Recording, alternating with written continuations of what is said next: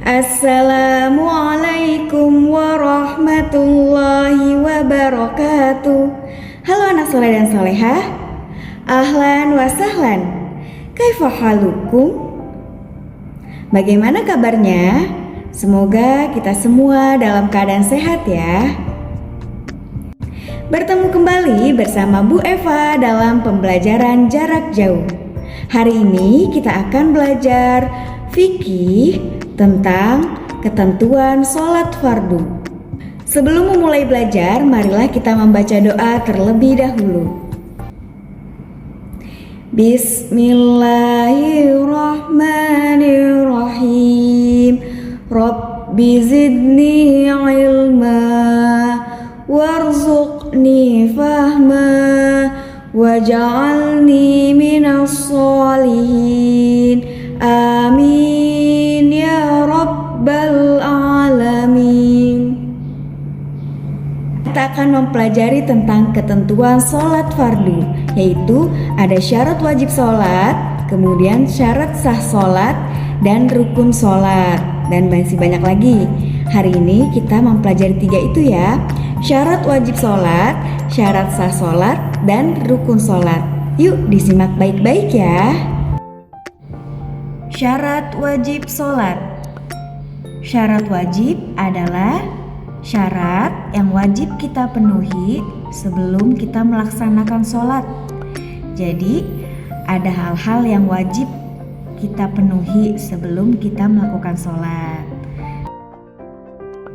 Nah, syarat wajib sholat berarti segala sesuatu yang wajib ada sebelum sholat.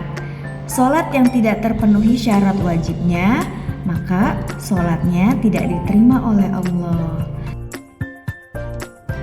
Apa saja syarat wajib sholat itu? Syarat wajib sholat adalah yang pertama, kita harus beragama Islam. Jadi, orang yang agamanya Islam itu wajib untuk sholat. Sedangkan orang yang tidak beragama Islam itu tidak wajib untuk sholat fardu. Kemudian yang kedua yaitu sudah balik dan berakal sehat.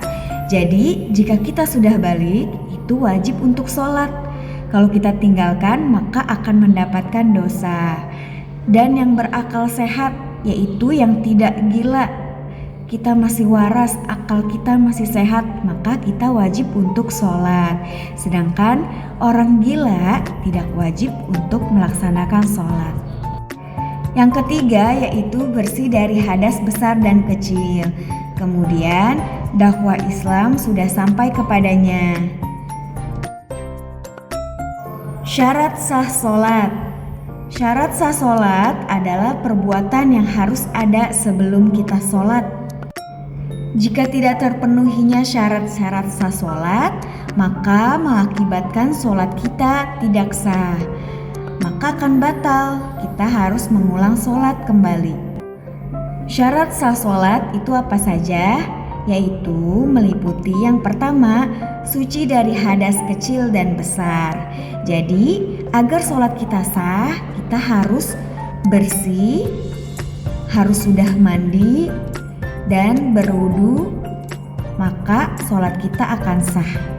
Yang kedua yaitu suci badan, pakaian dan tempat sholat kita.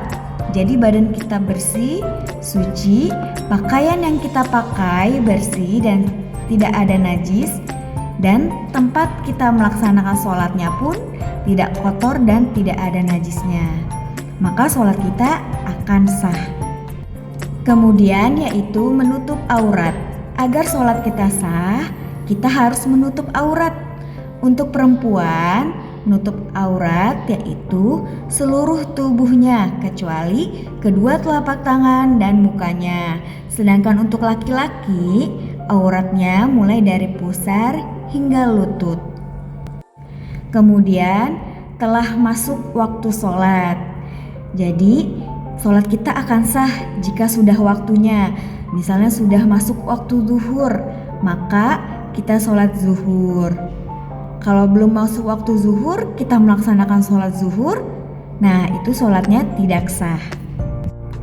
Kemudian menghadap ke kiblat. Yang keenam, mengetahui tata cara melaksanakan sholat. Dan yang terakhir, meninggalkan perbuatan yang membatalkan sholat. Rukun sholat. Rukun sholat adalah perbuatan dan ucapan yang wajib kita lakukan di dalam sholat kita. Nah, jika rukun sholat tidak dilaksanakan, sholat yang kita lakukan tidak diterima oleh Allah. Jika tidak diterima Allah, berarti sholat kita itu batal. Maka kita harus mengulang sholat kembali. Rukun sholat itu ada 13, yaitu yang pertama niat, kemudian takbiratul ihram, berdiri tegak bagi yang mampu, membaca surah Al-Fatihah pada setiap rakaat, kemudian ruku dengan tumaknina. Nah, tumaknina itu berhenti sebentar. Ya, jadi sholatnya tidak boleh terburu-buru, harus ada jedanya di antara ruku, i'tidal, sujud, duduk di antara dua sujud. Ya, tidak boleh terburu-buru, harus diam sebentar. Kemudian yaitu i'tidal, sujud, duduk di antara dua sujud, duduk tasyahud akhir, membaca doa tasyahud akhir, membaca sholawat kepada Nabi, kemudian salam, dan yang terakhir tertib. Tertib maksudnya sholatnya berurutan sesuai dengan rukun sholatnya. Oke, cukup sekian pembahasan tentang materi ketentuan sholat fardu. Mari kita membaca hamdalah. Alhamdulillahi Rabbil Alamin. Semoga bermanfaat. Wassalamualaikum warahmatullahi wabarakatuh.